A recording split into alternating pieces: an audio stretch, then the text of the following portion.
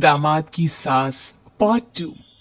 अब तक आपने सुना कि कावेरी जी अपनी तीनों बेटियों ईशा, मोहिनी और सुहाना की शादी 3 घर जमाई लड़कों के साथ करवा देती है। उन्हें लगता है कि ये लड़के शायद घर का कामकाज संभाल लेंगे, लेकिन उनके तीनों घर जमाई बहुत आलसी थे। वो नौकरी भी नहीं करते थे और बाहर का काम भी नहीं। कावेरी जी ने अपनी बेटियों से कहा कि वो प्रेगनेंसी का बहाना बनाकर अपने पतियों को सबक सिखाए। अब सुनिए आगे। मम्मी, आपने जैसा कहा था हमने वैसा ही किया, लेकिन देखिए ना, विवेक का हाल तो वैसा का वैसा ही है। घर में ना सुबह का नाश्ता बनता है और ना खाना। नौकरी पर जाने की बात करूं तो खाने को दौड़ते हैं मुझे। हाँ मम्मी, मैंने भी सुमित को कितनी बार कहा कि अगर नौकरी नहीं करनी तो कोई छोटी सी दुकान ही खोल लो।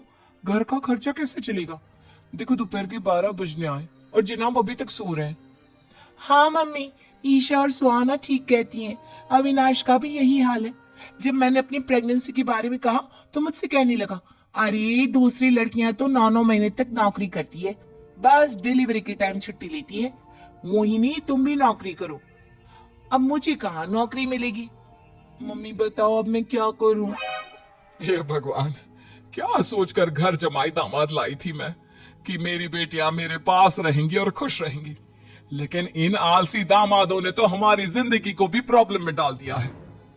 मैं तो कहती हूँ मम्मी, हम लोग वापस अपनी जॉब पर जाना शुरू कर देते हैं।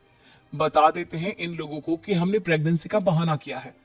नहीं नहीं बेटा, ऐसी गलती भी मत करना।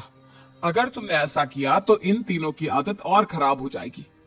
अरे आज नहीं तो कल कभी तो तुम प्रेग्नेंट होगी, तब वापस यही प्रॉब्लम आएगी। तब क्या करोगी तुम तीनों? हाँ मम्मी, आपकी बात तो बिल्कुल सही है। इन लोगों को तो सुधारना ही पड़ेगा। लेकिन कैसे? अपने बच्चों के आने की खबर सुनकर भी इन लोगों पर कोई असर नहीं हो रहा। पैसे कमाने के लिए घर से बाहर निकलना ही नहीं चाहते ये तीनों।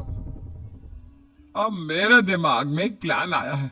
तुम तीनों चिंता मत करो, उन तीनों को बुलाओ, फिर मैं बात करती हूँ। थोड़ी देर बाद कावेरी जी अपने तीनों दामादों को सामने बुलाकर अपनी बात कहना शुरू करती हैं। अविनाश, सुमित और विवेक, देखो बेटा, मैं ना तुम तीनों से बड़ा प्यार करती हूँ, इसीलिए तो तुम्हें घर जमाई बनाकर रखा है मैंने। अरे मम्मी जी, सीधे सीधे कहिए ना, क्या बात है? प्यार तो हम भी आपको बहुत करते हैं। अरे मम्मी जी, आपकी इज्जत भी बहुत करते हैं। अरे भैया, आपकी जैसी सास और कमाने वाली बीवी सबको मिलती है क्या? हाँ मम्मी, विवेक और सुमित ठीक कह रहे। आपकी बेटी से शादी करके मेरी तो जिंदगी ही अच्छी हो गई है। जानती हूँ मैं, और ये भी जानती हूँ कि तुम तीनों अपनी अपनी बीवियों से बहुत प्यार करते हो। बेटा, बात ऐसी है कि हमारे कुल गुरु ने कहा है कि प्रेग्नेंट होने के बाद मेरी तीनों बेटियां शुरू के 4 महीने हमारे गांव में जाकर रहेगी, जहां मेरे चाचा जी रहते हैं। अरे लेकिन क्यों मम्मी, गांव में जाकर रहने की क्या जरूरत है इन तीनों को? वो क्या है ना बेटा, हमारे परिवार को एक श्राप है। अगर मेरी बेटियों ने यहाँ पर बच्चा पैदा करने की कोशिश की तो उनके बच्चों को कुछ भी हो सकता है। इसलिए अब से लेकर 4 महीने पूरे होने तक इन्हें गांव वाले घर में रहना पड़ेगा। हाँ, तो इसमें प्रॉब्लम क्या है मम्मी जी? हम भी वहां जाकर रहेंगे, पिकनिक मनाएंगे। अरे भाई, बीवी जहाँ हम भी वहाँ। हाँ यार, आइडिया तो बहुत अच्छा है। शहर की जिंदगी में रह रहकर परेशान हो चुके हैं, अब कुछ दिन गांव में बिताएंगे। तुम लोग समझने की कोशिश क्यों नहीं करते? तुम में से कोई भी वहां नहीं जा सकता, और मैं यहाँ रहूंगी ना तुम तीनों के साथ। 4 महीने की तो बात है, उसके बाद ये तीनों ही लौट कर आ जाएंगी। ठीक है मम्मी जी, अब हमारे बच्चों का सवाल है तो ये तो करना ही पड़ेगा। कावेरी अपनी तीनों बेटियों को कुछ दिन के लिए घर से बाहर कहीं दूसरे शहर में रहने के लिए भेज देती है। कुछ दिनों के बाद, अरे मम्मी जी, बहुत दिन से पिज्जा नहीं खाया, मंगवाइए ना। क्या बताऊं बेटा, पहले तो बेटियां खर्चा दे देती थी क्योंकि उनकी नौकरी थी, लेकिन अब तो मेरे पास पैसे ही नहीं बचे। थोड़े बहुत पैसे हैं जो बच्चों की डिलीवरी में काम आएंगे। लेकिन मम्मी जी, आपकी बेटियों को वापस आने में तो अभी बहुत वक्त बाकी है। वही सोच सोच कर परेशान हो रही हूँ। सोच रही हूँ कल से दूध भी बंद करवा देती हूँ। अब दूध वाले को देने के लिए पैसे भी तो नहीं है ना। अरे नहीं नहीं मम्मी जी, अगर दूध भी बंद करवा दोगी तो मुझे चाय कहाँ से मिलेगी? और चाय के बिना मैं तो मर ही जाऊंगा। क्या करूं बेटा, इसके अलावा हमारे पास कोई ऑप्शन नहीं है। मेरे पास पैसे ही नहीं बचे। इस तरह कावेरी जी धीरे धीरे अपने तीनों दामादों को पैसे देना बंद कर देती हैं और घर में खाने पीने की चीजें लाना भी बंद कर देती है। अब वो तीनों पूरी तरह से परेशान होने लगे थे और इसलिए एक दिन तीनों प्लान करके घर से बाहर निकलते हैं और बाजार में जाने के बाद, यार अच्छा खाना खाए हुए कितने दिन हो गए, पता नहीं कब अच्छा खाना मिलेगा। हमारी बीवियों के जाने के बाद तो हमारी हालत भिखारियों जैसी हो गई है यार।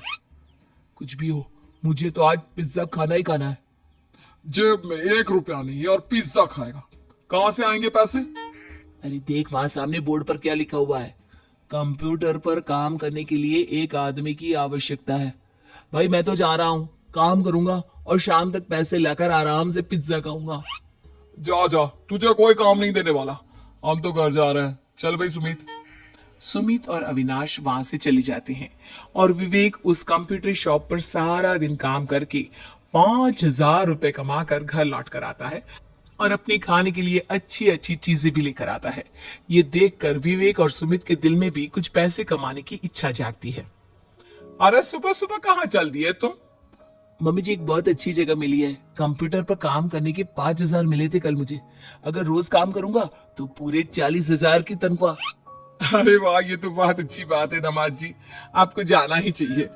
सुमित और अविनाश विवेक को इस तरह तरक्की करते देखकर परेशान हो जाते हैं और वो दोनों भी काम की तलाश में निकल पड़ते हैं। धीरे धीरे उन दोनों को भी काम मिल जाता है। अब कावेरी के तीनों दामाद छोटी मोटी नौकरी करके अच्छा पैसा कमाने लगे थे। एक दिन कावेरी उन्हें अपने पास बुलाती है। अरे वाह, विवेक 40,000 कमा लेता है, अविनाश 60,000 और सुमित तुम भी 40,000 के आसपास कमा ही लेते हो। कुल मिलाकर तुम अच्छे खासे पैसे कमा रहे हो बेटा। हाँ मम्मी जी, बहुत मजा आता है जब महीने के एंड में मोटी रकम हाथ में आती है। पूछिए मत मम्मी जी, घर में रहकर रोटी बना बनाकर और तो जैसा महसूस होने लगा था मुझे तो।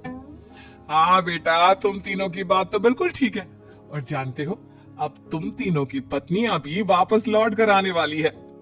लेकिन मम्मी जी अभी तो उन्हें गए सिर्फ 2 महीने हुए हैं, आपने तो कहा था वो 4 महीने के बाद लौट कर आएंगी। ऐसा कुछ नहीं है बेटा, मैं सिर्फ तुम तीनों को सबक सिखाना चाहती थी कि आदमी घर में बैठकर बीवी की कमाई खाता हुआ अच्छा नहीं लगता।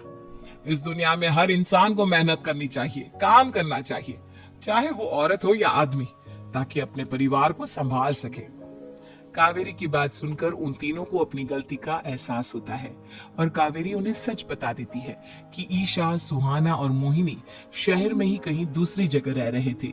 शाम के वक्त उन तीनों की पत्नियां लौट कर आ जाती है और कावेरी जी का परिवार एक खुशहाल परिवार की तरह रहने लगता है।